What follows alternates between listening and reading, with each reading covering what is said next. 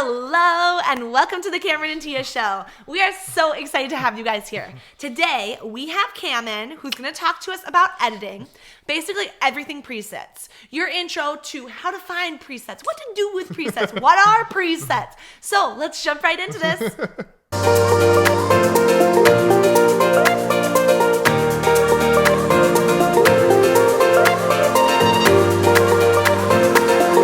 Hi, I'm Cameron. And I'm Tia. We're so excited that you're here. Let's jump right into the video. Okay, so first, how do you find presets? Where do you go looking for them? Hard question because literally anywhere. One place that I love to start is with specific photographers. I find a photographer that I know, that I love their editing style, things like that. Sometimes they're selling their own. That makes it super easy. Yep. Other times they're using another creator, another company's preset type thing. And oftentimes they'll tag them in some photos so you can see and know what they're using. They'll talk about it in some stories, things like that. That's an easy way to kind of discover specific stylized presets that you want to use. Or you could reach out to them, Oh, absolutely. DM them and For say, sure. I love your work. Let me know. Are you using a certain preset base? We'd be so thankful. A lot of times they might be using a preset base and then kind of tweaking it to be their own, sure. but at least you'll get that starting place. Yes. Otherwise, literally just Googling like best presets to use type thing is how I started. Just because when we first started shooting, I shot maybe like a year or two of high school seniors not using presets because I didn't even know presets was a existed. thing. That was a thing that would make my life infinitely easier. But once I did, I just went crazy researching everywhere I could. And there are obviously huge staples. There's your Mastin Labs or your Visco or anything like that just like a big pack staple, like trying to emulate film type thing. Yeah. All sorts of presets and like companies that develop presets for those things. And I feel like for me, that was an amazing place to start because I could jump in there, into that world, test those out, test out all these different like film emulation presets. And then also with those, I'm entering in a world of a Facebook community with presets. Yeah. And from there, you can see how people are tweaking their own. Other ones they're using that are similar or new things they're discovering or creating and sharing and talking about and stuff like that. And so that was an awesome way to like really like jump in head first and learn a ton and get all these different ideas. Yeah. So to explain that a little more, he's saying like looking at Mastin Labs, that is a huge kind of brand. Yes. And then Mastin Labs will have a Facebook community where anyone who's purchased the presets or not, I mean, you can typically get in those communities anyways, will have a Facebook group. And then in there, people will be talking about the tweaks that they've applied or how they're making them work for them. And so then that's a huge learning opportunity. Even if you're not using those particular presets regularly, you get to learn from that. Yeah, that's awesome. Yeah, both about new presets, but then also how they're using their presets and how they're overcoming some challenges sometimes that some presets will have and things like that. And that's amazing. That's also a great place to find complementary presets because, for example, you might be in Mastin, you might be liking it, and like, it doesn't quite have this, but then somebody will post, hey, what do you guys think about Mastin versus Kindred? And then you're able to look into Kindred. Never heard of that. Let me find that. And then someone's talking about Noble, and you're like, okay, Yes. here's another. And people one I will can look post at. comparisons of like, here's this one photo with Mastin, Kindred, and Noble. And then you can look at them all side by side, see what works for you. So that's an awesome place. Any other places you can think of? I also see a lot of people with success on Etsy. Oh, for sure. That there are just a lot of preset packs on there. A lot of bloggers, influencers that have their own presets will host them on Etsy because that's an easy place for them to host. And so there's a lot of packs in there, especially kind of like starter packs that will give you like a warm, a moody, a light and airy. Never would you ever use all those for your brand, so it doesn't No. quite make sense. But starting out to just play with things, No, for figure sure. out what you're gravitating towards, that could be really awesome. Yeah. And the only other thing I would say too is like, especially if you know already where you want to go with your editing and like you have some keywords to describe it, enter those keywords and preset. And there's a chance that someone will have a preset designed specifically for you already. That's going to take those keywords, going to pop up one of the first results. And that's amazing. Like what? Give us an example of some crazy whatever editing style. Okay. I mean, like, so you could have like a very like warm and romantic and wild and That's good on its own. Grainy Preset. or something. Yeah, I don't know. Warm, romantic, wild preset with grain. Yeah. And something might be And popping something up might there. pop up there. Yeah. Yeah. Okay. Love Get it. some dirty boots, messy hair action in there. Yes. Okay, that's a preset. If we don't know, we're introducing presets, but that's a Yes. preset. Okay, so how do you use presets? What do you do? I bought this preset off of Etsy. What do I do? Yes. So the nice thing is so many of these photographers and companies and everyone that offers these presets will come with some instructions. So it's super helpful because some are specific in the way you apply them and what you do. But generally, you're going to add them to your Lightroom however your preset says to add it to it. It does have an option inside the develop the develop pane that you can just import preset. You find your now XMP files, import that. That's generally how you're going to do it. But you import it. Preset's there. It's in Lightroom. It's ready to go. Now to actually use it, you're going to go over to that develop pane, to your presets, expand that, and click on it. And Love. now your preset's applied. But it's not done there. Yes.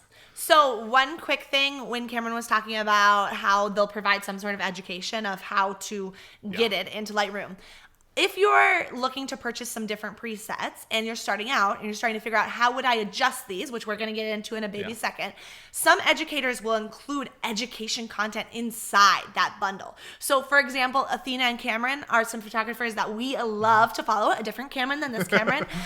They're husband and wife though, and in all of their preset bundles, so they'll do like 4 presets, they'll include all of these instructional videos about this is how we tweak this for this. Yeah. This is how we would approach this on a cloudy day with this particular preset. So cool. So when you're evaluating what purchases you want to make, if you're wanting to learn, there are opportunities for that too, of just how to apply it, not just how to get it into Lightroom. So then you've got it into Lightroom. Yep. Do you just click and you're done? No. So you do click, then it's applied. Yes. And that is a great starting point, but Yep. that is it. It's a starting point. Yep. So once it's applied, you can see on your develop thing on the right, all the different settings that have applied. From there, you'll want to go in and tweak those to fit your photo perfectly. So to get it exactly where you want. A lot of times, presets are literally just a starting place. That's why you hear so many photographers say, I use this as my base, and then I built from there. And the things that they're building are tweaks that they're applying on every single image that then they just save then as their own preset. So next time So that's the they key. click apply, all those tweaks are then applied, and they're even that much closer to a one-click preset. I don't actually believe there's going to be a one-click preset that ever exists in the world that you're going to click and just be done with. You're always going to click and do some changes, but as you're learning more about presets, as you're applying them, as you're tweaking them more, keep saving those tweaks that you're doing so that you know you're getting closer and closer and closer to that perfect starting point that you can then just do tiny tweaks. Yeah, love it. Okay, so that's a really eye-opening process that really illuminates a lot for me. What do we typically do? What's the process look like? Okay, so I feel like we've gotten to a place now with our preset that in general, I'll click apply, and there's only really like 4 settings that I'm changing on the image for the most part. There's obviously gonna be some images that I gotta really They're cray. get in there and work for whatever reason. But generally, what I'm tweaking is the color temperature, the warmth, whether that's cool or warm. I'm editing the tint to get those colors exactly where I want. Then I'm editing exposure. I guess there's actually 2 more. Shadows and blacks. Those are just like personal preferences. I generally am not touching whites. I could. I'm generally not adjusting contrast. Sometimes I am. But for the most part, I'm adjusting the color of the image. So I'm doing the color temperature and the tint. Then I'm adjusting the exposure of the image to make sure that it's perfectly exposed. And then blacks and shadows just to tweak those little midtones and those blacks to make sure they're exactly where I want them. Cool. Okay. So talking about this journey of presets, Yes. have we ever changed our presets? And how would you recommend someone doing that? What if they want to change their whole look? Yeah, so like every other week. I'm changing our preset constantly. Just really like fine tuning it. And like they're very minor tweaks. Very minor. For the Now most that's part. important. That's Yes. the caveat. This Is that when he says he's changing our preset, it's an evolution. He's making a for little sure. tweak here, saving Yes. that. Making a little tweak here, saving that. He's not going from dirty boots and messy hair to masted every week. No. Okay, so that's important sure. for the world to know. But I am just making like small little changes here or there things that I'm noticing that I'm applying a lot to photos. I'm noticing Yes. that like I'm going through and for some reason I am upping my blacks in every single image just because like I don't know if it's the season's changing or what's going on, or it's shooting darker, something weird's happening, but I'm changing it every time. So it's like, okay, this is my new preset now. I'm just tweaking that and starting from there. Yes. Little tiny things like that.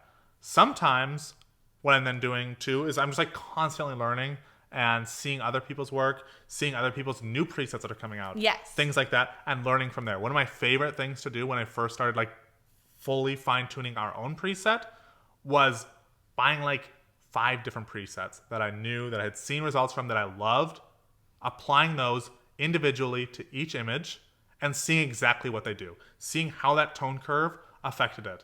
And then what I would sometimes do too, like I'm getting really in the weeds, I would save the tone curve for every single one of those presets. I would save separately from the preset as a whole. So it'd be no settings applied but the tone curve. Then I would do the same thing for their HSL sliders, all those individual colors. I would do that for every single preset. And their calibration, some of those things that like I feel like are really tweaking the colors of the photos and stuff and really making it unique in their own. And I would mix and match. I would see how each one is kind of interplaying with the next.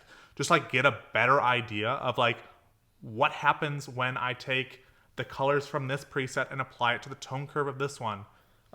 Things like that. Just like get a better idea, like conceptually, how these things are relating to each other, what different shapes of tone curves are doing, things like that. I just feel like for me, that was just such an eye-opening experience to like really like dive in and understand exactly what I'm doing, so that then when I was ready, I could step back and say, okay, this is the tone curve I love the most. I love the way it's either flattening this out or it's really like adding some punch here or things like that.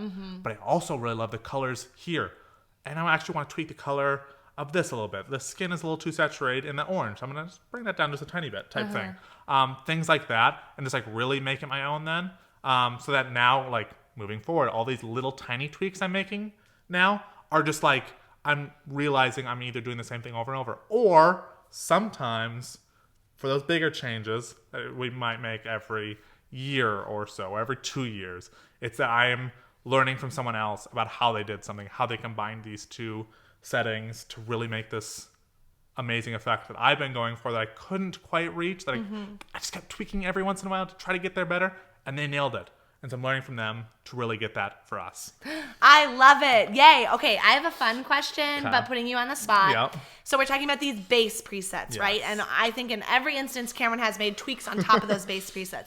But in our past entire photography career, what are some base presets that we've used? So Maston. Maston was a big one. Yep. Maston We was had for a long staple time. for like 2.5 years. Yep. Probably. And I started using that like literally just one of the porta pushed ones. I can't remember exactly which one it was, but I would use that just like straight up when I first learned about presets for a long time. And then that's when I slowly started like getting more and developing and creating our own. Yep. So that was a big one. Noble we used for a while. We really liked the change that Noble brought.